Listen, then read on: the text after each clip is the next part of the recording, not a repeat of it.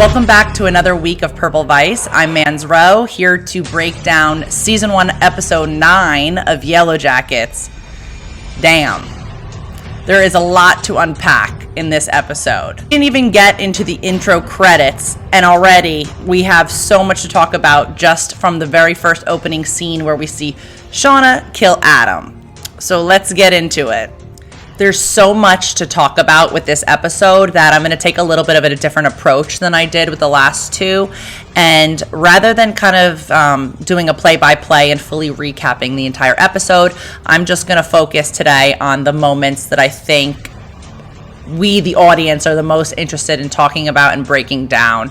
Beginning with this first scene right in the beginning of the episode when we see Shauna kill Adam. Now, I don't know about you guys, but I did not see that coming. Things with Shauna and Adam really reached a head between last week and this week, where, you know, what was once a lighthearted affair all of a sudden started to appear really potentially sinister to Shauna. Of course, everybody else was already thinking that, but Shauna only just kind of caught on with the rest of us. We see Shauna going around Adam's apartment, searching for any type of evidence that she can find that he is the person who blackmailed her and that he is the person who traipsed the glitter into her closet and that he's not who he says he is. As she's opening drawers, we get a quick cut of she's already beginning to have flashbacks to the 1996 timeline. And this is something that continues throughout this scene, and which I found very interesting and something I want to break down with you guys today. She gets a flashback of herself butchering some type of meat. It looks like maybe it was something like that rabbit that we saw earlier in the season. Finally, she opens a drawer and she finds what she's been looking for, which is evidence that Adam does know who she is. He knows she's a Yellowjacket and that he's interested in the Yellowjackets. So she finds this book about the Yellowjackets. And right away, Adam's like, yes, I did Google you, but it was because I figured you'd gone through something traumatic and I wanted to know more about you. Well, let's take a look at that picture of the book. Notice this book does not look like it was purchased recently, right? So right away, I'm not buying Adam's story. If this book had been purchased recently, it wouldn't look so weathered. This looks like a book that he has had around for a while. And Shauna immediately gets extremely suspicious when she sees this. She takes this to be evidence that he is the person that's been blackmailing her and the other Yellowjackets. She grabs one of the knives from his kitchen, and she's kind of facing up against him. Even still here, I did not think she was actually going to use the knife. I thought that maybe she was just going to try to threaten him with it. But then there's a series of flashbacks that occur. And actually, some of these flashbacks are things that I don't even think that we've seen yet in the 96 timeline. So these might be some hints for some upcoming episodes. Now, I didn't manage to screenshot everything, but I'm just going to show you guys a few of these flashbacks because these kind of can help us understand how 2021 Shauna got to the moment where she stabbed Adam.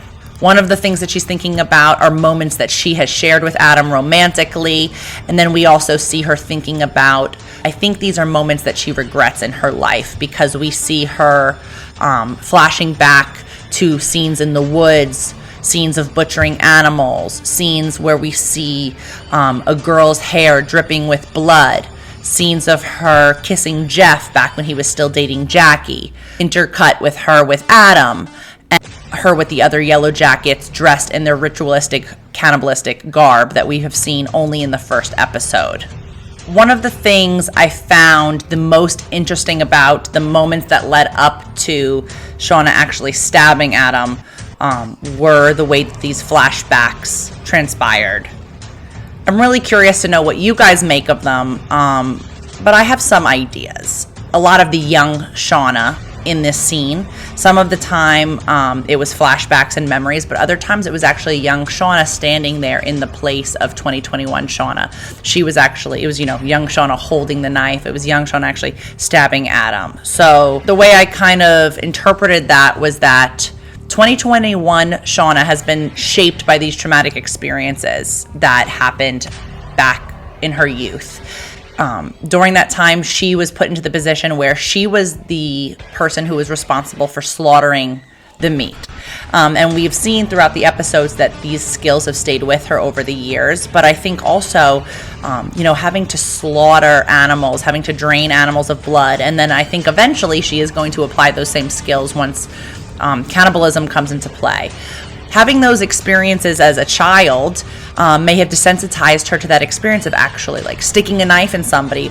I don't see 2021 Shauna as the type of person who could do something like that if not for the trauma of her past. That's why we see these cuts back and forth to these terrible moments and these terrible memories that she still holds on to. And that's why in that moment where she feels like she needs to protect herself, she needs to protect the secret that she's held on to for 25 years, the secret that she's protecting her younger self with, that she's protecting the decisions that her younger self had to make. And in that moment of do or die, she went back into that mental place that she was in 25 years earlier where it was a kill or be killed type of situation, and her only reaction then was to do the only thing she knew how to do, and in that moment she killed him. The young Shauna that we've seen in the 96 timeline is not a vengeful, spiteful person, but she is a person who's able to slaughter animals and prepare meat and do what needs to be done. And 2021 Shauna might feel like in this moment she's also doing what she feels like needs to be done. She's handling something. It might not be something she wants to do, but it's something that she has to do for her own self-preservation, just like it was 25 years ago. So another thing I wanted to talk about before we get into the bulk of the episode, which of course is the Doomcoming party, or as I like to call it, the spooky prom, is we get a scene where we finally get confirmation that it's actually Jeff who's the blackmailer. Now, I was really surprised that Shauna actually told Jeff what happened and that she killed Adam.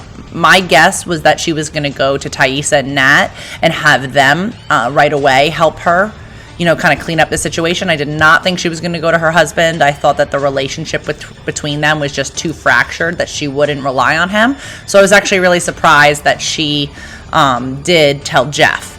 So the scene starts and she's back in the closet, and for a hot second I was like, wait, did this whole thing with Adam not really happen? No, it did. So she's just in the closet again, back in front of the safe. Jeff comes in, she asks him about the glitter, and kind of it all comes out, and he admits that, just like many of us suspected, financial troubles are the real reason why he's been acting so shady, and that it wasn't actually an affair that he's been having, but that actually he's been avoiding these loan sharks, and that he's been trying to get money to pay back loan sharks on some bad deals or something. He said that he just figured that between Nat and Ty that he'd be able to get the money, take care of it, and that she would never have to know about it, and that they could just move on with their lives. But then she explains to him, well, no, it's not going to be that simple because I killed somebody who I thought was actually the person who did it. One of the things that I was kind of impressed with Jeff about, I'm not going to lie, was that Jeff right away was willing to take the blame for Adam's murder, and that he wanted to make sure that Shauna didn't take the fall for it. He was able to see how his own actions had led to this situation, and that he was ultimately partially responsible for what had happened, not just with her having an affair, but also with her being suspicious and thinking that somebody was out to get her. Nothing in this scene pointed to Jeff having anything at all to do with Travis's death, so I'm guessing that part of the mystery really has nothing to do with him and that it's actually two separate issues. I'm not sure. I kind of doubt that we'll get any answers as to who is responsible for Travis's death before the end of the season, being that there's only one episode left. But at this point, it does not seem like it has anything to do with what Jeff has been up to and his shady behavior. But a question that all of this begs is, how much does Jeff know about what happened in the wilderness? He obviously knew enough that he was able to use that symbol and a little bit of information as a means for blackmail. So how much has Shauna told him over the years? Or has he learned about what really happened through reading her journals? Another possibility is that, as many people have theorized, that Jackie did actually come home after the crash, and that Jackie didn't disappear again until sometime years later. I know probably many of you have seen the screenshots of Jackie's diary from the scene when Shauna was at the Taylor's home and she was looking at Jackie's diary in Jackie's bedroom, and a lot of the references in that diary were from after 1996, hinting that Jackie did actually come home for a while and that she was back with her parents, writing in her diary and living in that home for a couple years before ultimately disappearing or dying or whatever happened to her. One alternate theory is that Jackie was the person who told Jeff at least a little bit of what he knows about what happened in the wilderness. Right now, we don't know how he knows what he knows, but he definitely seems to know at least something. Shauna appreciates his willingness to take the fall for her, but she points out to him that even if he were to do that, it would come out that he was blackmailing the Yellowjackets and that there was information worth being blackmailed over, and then that would open up a whole nother can of worms with people being interested in what really happened out in the wilderness. So clearly Jeff knows enough to know that that would be a bad thing for people to start asking more questions. I can't help but wonder what is in these journals, because as soon as Shauna saw that those journals were missing, it frightened her enough that she actually killed Adam over it. So did she write like the actual truth of everything that happened in those journals? Does it more hint as to what was really going on? I hope at some point we do get to find out. I won't be surprised if somewhere down the line, definitely not in this season, but maybe in later seasons, that those journals do come out publicly, and that is a means for the public to really find out a lot of what has been hidden about the true story of the Yellowjackets. I know when people think back on this episode, the one thing that's going to come to mind first before anything else is, of course, going to be this Doomcoming party. And I think that this is the beginning of the women moving away from the rules of society that dictated their lives before they landed here in the wilderness, and just taking on a survival approach. The Doomcoming party starts off with great intentions. They feel like, well, we're all going to die. We might as well party. They've got some fermented berries that they think they've turned into alcohol. So at the very least, they want to get drunk and have a good time while they're still alive. We get a couple scenes of the women creating decorations for the party. We see them, they're out on the deck. They're stringing leaves and flowers and different things together. They've taken all types of different things from around in the wilderness, from throughout nature, and they're creating these organic, not at all creepy decorations. We also get a scene of Shauna and Jackie walking around foraging in the wilderness, and Jackie basically says to Shauna, like, what if this is it, Shauna? What about all the things that we've done, and what about all the things that we didn't do? And then she talks about how if they were back home, they would probably be in college already doing rush week for sorority, and Shauna says that it's not really something that she thinks about, whereas Jackie says it's all that she thinks about. So I think this moment kind of just further highlights the contrast between these two girls. They're two very different people with different types of priorities. For Jackie, her entire life was about being well loved, about being that person that was the center of attention, the queen bee, and she misses what could have been, whereas it seems like Shauna is really more focused on survival. We get a shot of Lottie along with the other women. They are putting together decorations, but then we see that Lottie has the antler. So this, in my opinion, confirms what I've believed for quite a few episodes now, which is that Lottie is going to be the antler queen, the ringleader of the group when the cannibalism begins. And we see she is putting together this mask with the antlers on top, and she's affixing a little symbol to it. And clearly this is going to be her costume moving forward. We also get a scene where Jackie is helping Misty put on makeup. It's kind of nice to see somebody being nice to Misty. And Misty is talking about how, the coach is not responding to her, and what can she do to make him come out of his shell so that he feels comfortable being with her. And Jackie says, well, I'm sure you'll come up with something if you're motivated enough, or something to that extent. So I guess at this point, Misty is getting the idea, which we're pretty soon going to see, that she needs to do whatever possible to get the coach to loosen up and to be willing to be with her, because she thinks he actually wants that and is just holding back. So we see a scene where Misty goes out into the woods and she uncovers this binder that she has hidden, and in it she has some magic mushrooms, which she has, I guess, previously found, foraged for, and labeled. So she gets those and she brings them back with her. And I think her idea was to brew mushroom tea, because we saw her with a teapot, because I believe that she only intended on drugging the coach.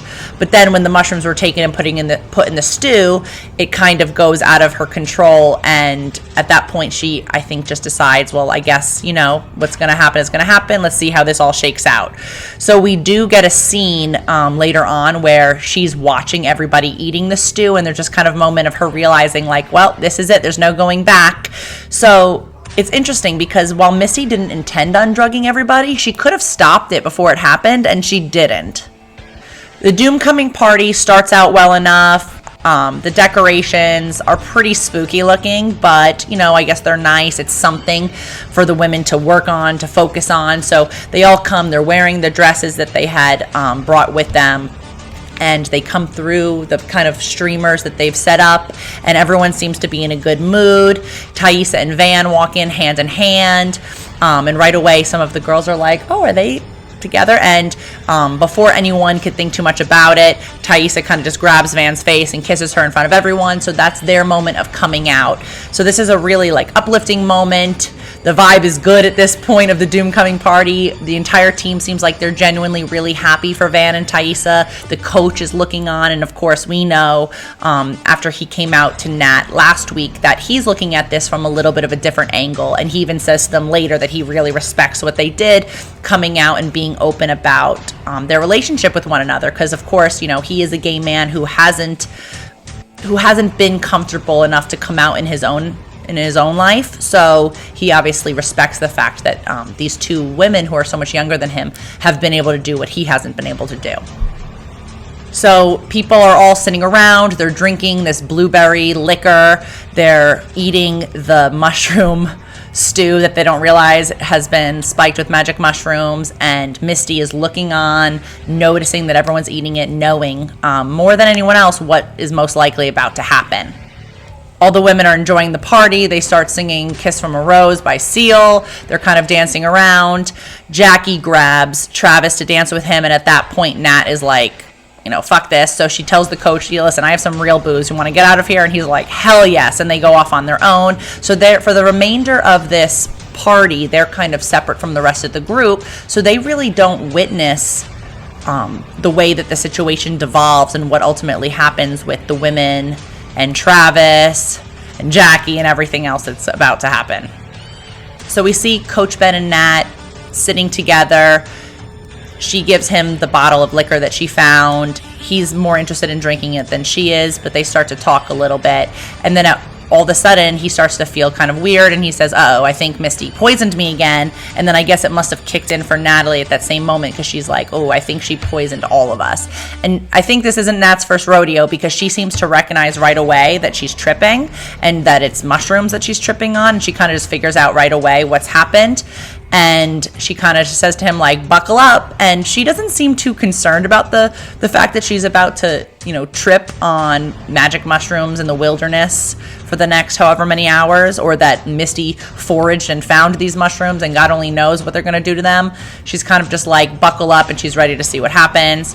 The coach looks a little bit more concerned, and he kind of just lays back okay. Then we cut back to the scene with the rest of the women. They're still around the campfire, and shit has really gotten weird since we last were in that setting with them. We see Misty is just drinking, and the blueberry juice is spilling down her mouth. And of course, this is supposed to call back imagery of them in those scenes where they're eating the meat with the blood spilling down their mouth, and it does. It looks super creepy. It's very sinister. She's got this kind of purple all over her face, and a lot of the women, their teeth are stained purple. So this all calls to what we know is ultimately coming, which is the cannibalism. And at first, they're tripping, but I don't think any of them really understand what's happening. They're all just starting to feel really weird. They're all giggling. They're talking about how Taissa looks like one of the trees. They're laughing about that. Shauna's becoming very interested in the fire. And we just see shots of different women kind of in those first stages of their mushroom trip and beginning to realize that something's happening, although they don't seem to know what.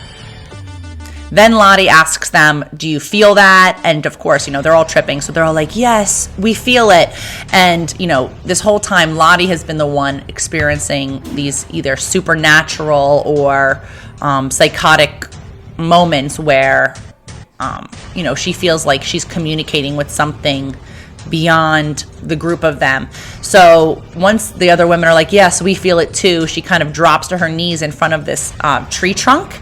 And it's almost as if she's hearing the trunk like speak to her, because I don't know, she seems to be connected with the woods in a way that the other women aren't.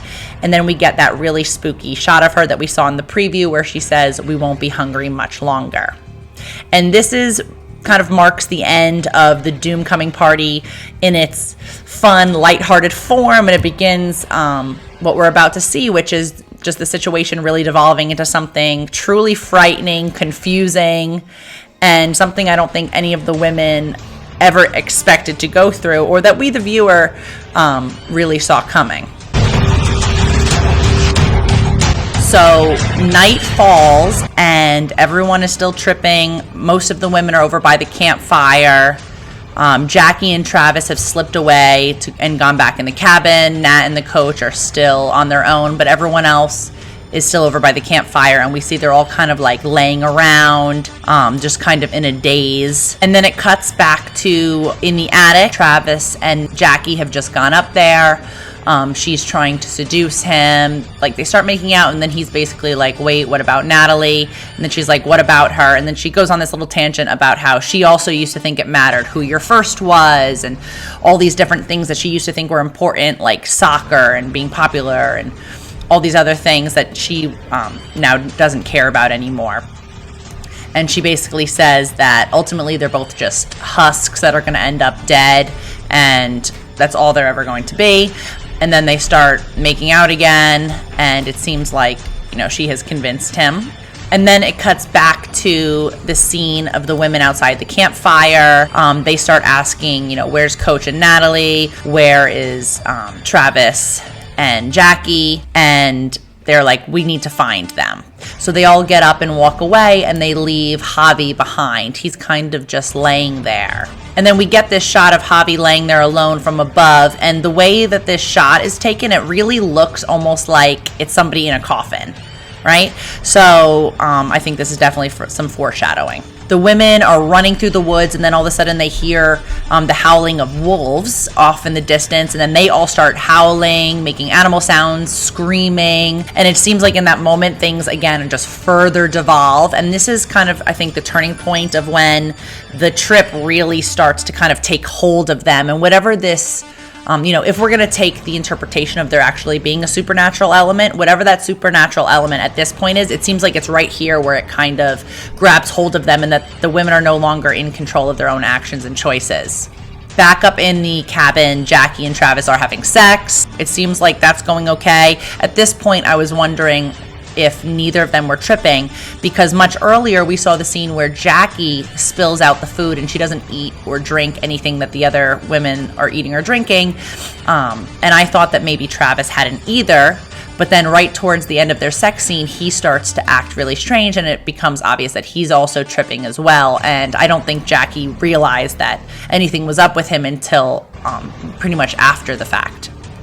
We cut back to the rest of the women running through the woods, howling. It seems like at this point, the animalistic side of them has really come out. It's almost as if a pack mentality has kind of set in, because they're all running together, howling together. Almost they go back to the cabin, and Jackie and Travis are coming back downstairs from having been up in the attic alone, and right away the women confront them. It's very aggressive. As soon as they come into the cabin, they have these like angry, aggressive, scary looks on their faces. And Jackie has been removed from the situation for long enough now that she has not realized that anything was going on. She didn't know anything about the magic mushroom, so this must be all very strange to her when they all come in with this really strange attitude and this really creepy demeanor. Lottie keeps making comments like that Travis is not Jackie's, and that she took something that she shouldn't have taken, or that wasn't hers to take. And then when Jackie's like mentions something about Natalie, Lottie says it has nothing to do with Natalie. So I don't know what that's all about, but Lottie starts kissing Travis, and at this point he's also tripping, and he keeps saying things like, well, we're all not really here, right? So he's totally out of his mind. He starts kissing her back, and then Jackie says to Shauna, like, aren't you gonna do something? And then Shauna starts kissing him, and there's all of a sudden it starts to kind of like devolve into an orgy type situation where all the women are kind of crowded around him, kissing him, and Jackie's trying to stop them. And then Lottie just takes Jackie, shoves her into like this utility closet or something, and just says, don't you realize you don't matter anymore, and locks her inside. So all the women are surrounding Travis. They're kissing him, touching him, grabbing him, biting his lip. At first seems like he's going to go along with it, but he's totally out of his mind. But then, you know, the trip starts to kind of turn on him, and you see all of their faces turn like really scary and demonic. Their eyes are huge, their teeth, which are covered in this like purple from the berries. It's just all totally creepy. And of course, right away, he's like, no, stop. But they don't stop. So right away, this orgy situation starts to kind of turn into something that looks like it's going to head towards a rape attempt. And then he finally escapes from them, and then he falls down outside the cabin. And when he scrambles back up, they all collectively hallucinate him turning into a buck and running off into the woods. At that point, Lottie's like, the buck, we have to get him, and they all chase after him. And Shauna, on their way out, grabs the knife that she uses for, you know, dissecting the meat, and she grabs that and takes it with her. So at some point during this, we do cut to a sex scene of Taissa and Van, and all I could think is like, wow, they're the only two that are actually enjoying this trip, because shit has really hit the fan for every single other person, but these two are kind of in their own world. Taissa gets Van to show her scars. She says that she's beautiful. They seem like they're really in love. They're having a good time, so at least they made the best of it. We get a number of shots of the women running through the woods, tracing Travis. They're still behaving like a pack of wolves, howling and screaming, probably scaring the shit out of him. He eventually trips and falls, and then when he comes to, they have him bound, and they're all surrounding him. Lottie, at this point, puts on the antlers, which are now draped with that gauzy material. So she takes her place as the antler queen, and she's really the one running the show. Even though Misty is the one who drugged everybody, it kind of seems like Lottie took advantage of the opportunity to get everyone under her control during this trip. And we see her egging Shauna on, trying to get Shauna to kill him and to butcher him the same way she would if he was a buck. And she even says something like, he wants you to. They have shoved a pine cone in Travis's mouth so he can't speak. And right before Shauna's about to slit his throat, Nat runs up just in time to stop her and is kind of just like, what the fuck is going on here? She manages to get the knife. She kind of like wards them all off with a knife, and Lottie is laughing maniacally. It's totally creepy. Earlier, we also saw a scene where Misty comes up to the coach, and she kind of jumps on top of him and tries to tell him, it's okay, just give in to your urges. And he admits that he's not in love with her, but he's actually in love with Paul. And she's like, who's Paul? And he says that he's gay, and he kind of yells out into the woods, you hear that, Mom? You hear that, Dad? You hear that, God? And this is his moment of, he's never been able to tell pretty much anyone about his actual sexuality and about his actual love for Paul until this moment where he's kind of just screaming it into the wilderness. And we see Misty taking in this information, and she looks frightening. And then later, once Natalie has rescued Travis from being, murdered, we see that Misty was looking on from through the bushes, and I don't know if it's just me, but it seems like there's maybe a little extra.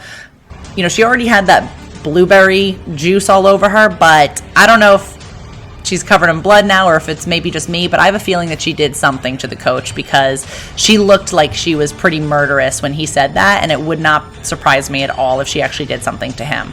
Another really creepy moment in this whole segment was when the women were all running, facing Travis, and we see that Javi is hiding in the bushes, and all the other women run by, and he goes, Shauna, and then she turns to him and just goes in this like really Satan-y voice, run. And at that point he gets up and runs. Now I have a theory about this, that maybe, he's also tripping, and he's just a child. I don't know how old he's supposed to be, maybe 11 or 12, 13 at most. So I'm guessing that he does listen to her and run, because she's somebody that he trusts. And in that moment, she looks terrifying, she sounds terrifying, and she tells him to run.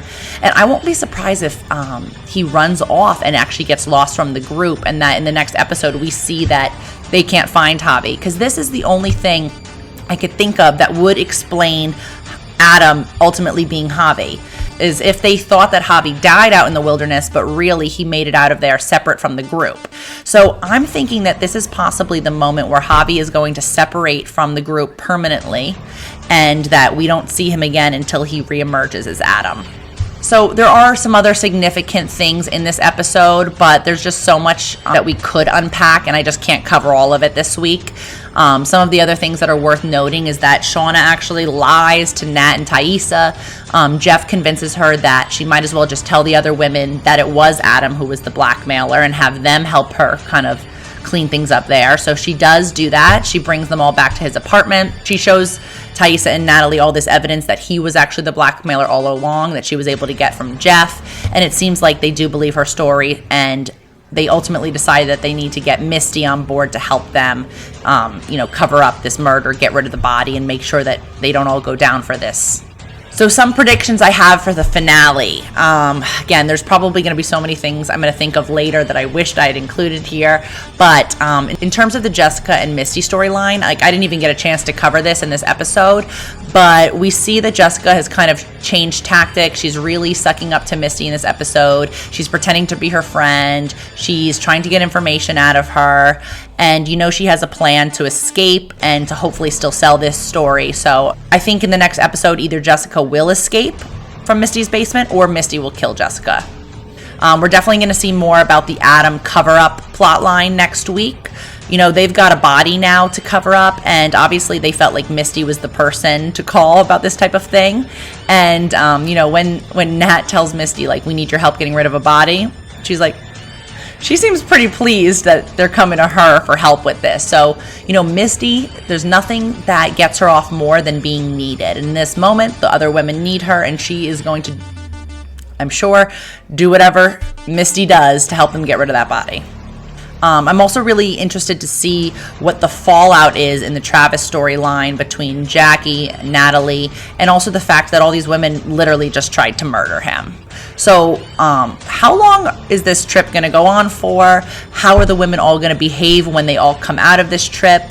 I'm really interested to see what the fallout is from Travis sleeping with Jackie, or if he even remembers having sex with her, and what Natalie is going to say about all of this. I'm also really interested to see if my predictions about Javi come true. I really think I'm onto something here because, they leave him alone. We get that shot of him looking like he's in a coffin. And then we see Shauna telling him to run.